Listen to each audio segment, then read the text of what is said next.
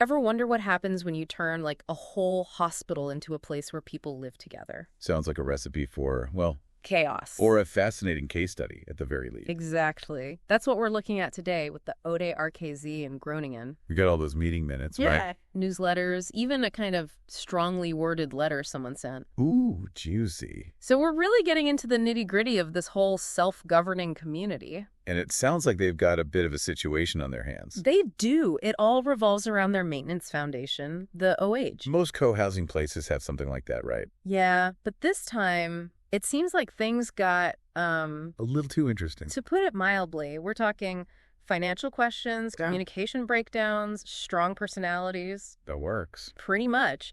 And right at the center of it all is this guy, Koos. Longtime treasurer of this OH, if I'm following correctly. That's him. Described as super dedicated, but maybe a little stuck in his ways. Ah, the old guard versus the new. That seems to be part of it, yeah. See, there's this discrepancy in their budget, like a hefty one. How hefty are we talking?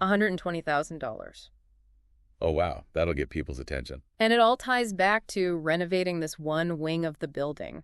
So naturally, everyone's looking at Koos. Exactly. Was it his doing? Was he not communicative enough? The board claims he wasn't transparent enough, especially about this budget discrepancy. And they say he really didn't want to modernize anything. Like switching to accounting software, that kind of thing. Exactly.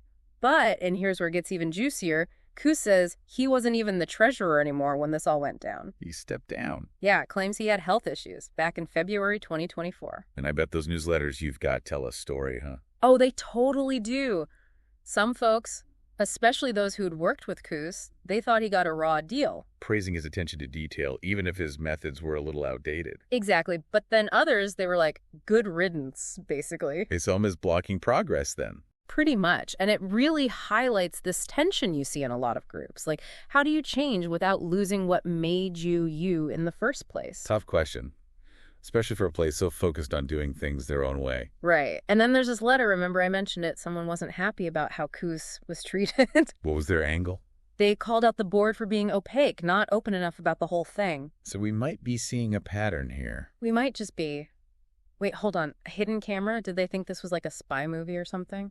You know, it does sound a little dramatic, doesn't it? Apparently, someone was taking down posters in the resident-run cafe. Okay. And the cafe board, they went and installed a hidden camera to catch them.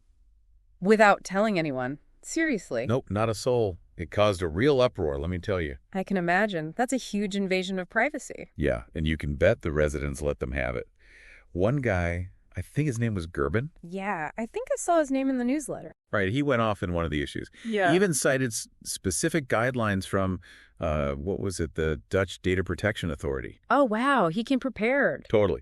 Made it very clear that the cafe board was in the wrong. So this wasn't just like a minor, oops, this was a big deal. Huge. And, you know, it ties back to what we were talking about earlier, that lack of transparency, you know. Totally. It's like whether it's money, renovations, or even hidden cameras, they keep having these issues. Where that trust is just totally broken down. Exactly. And speaking of trust, remember those meeting minutes you have? From September 25th. That's the one.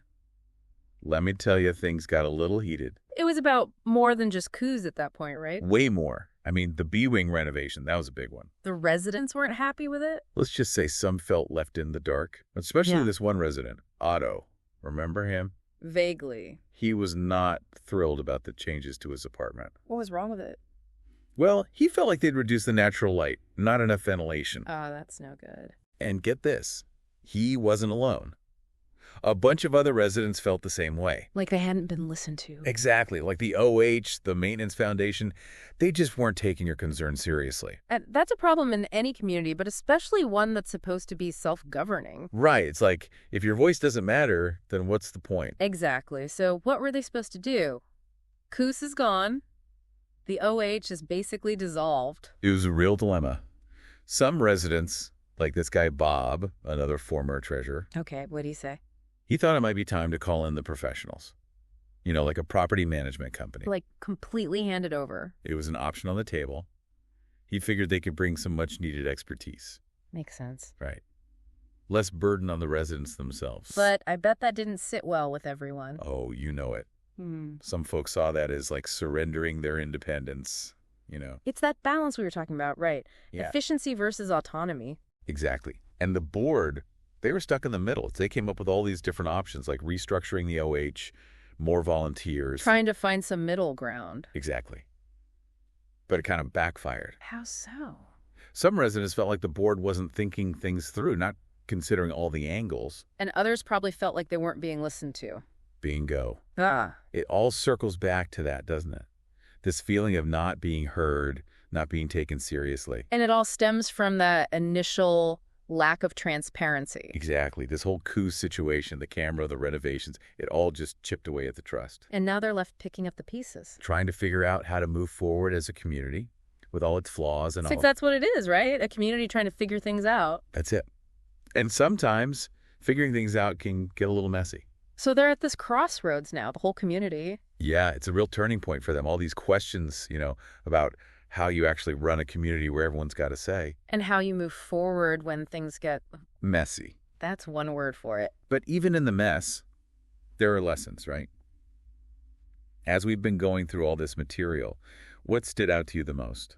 I keep coming back to that idea of just, talking to each other. Communication, yeah. Right. If you're going to have a community that actually governs itself, you can't have all these secrets. And they had a lot of those, didn't they? It's like every time we turned a corner, another one popped up. Whether it was coups, those renovations, even that camera. That makes you wonder what they were thinking, Well, that's the thing, isn't it? Even if they had good intentions, like, say they were really worried about money or security, not being open about it just made everything worse. Like it broke that trust you need for any of this to work. Exactly. They forgot it's not enough to just do things. You got to bring people along with you. So what happened after that big meeting, the one where everyone was at each other's throats? Well, it wasn't pretty, but they managed to avoid a complete meltdown. Right. In the end, they decided to hold off on any big decisions about the OH. Taking a step back. Exactly. To gather more information, think things through properly. Sounds wise. And get this, they agreed to actually sit down with Coos. No way. After all that. Yep. Hear his side of the story, maybe clear the air a bit. It's a start, I guess. It is. Shows that even when things get really tough, there's always room for, trying to understand each other. Even if you don't agree. Especially then. And that's something we could all use a little more of, don't you think? Totally. Not just in these big communities, but our own lives, too. With our families, our friends, even at work. It's easy to get caught up in being right. But sometimes listening is more important. And remembering that we're all in this together, trying to figure things out. That's what it's all about. So yeah, the RKZ, they've got their work cut out for them. It's still a lot to unpack there. But hey, at least they're asking the right questions now. And isn't that the first step? It's a good place to start. Well, on that note, we're going to have to leave it there. Until next time, keep those questions coming, folks. And remember, every community, no matter how messy, has something to teach us. See you next time.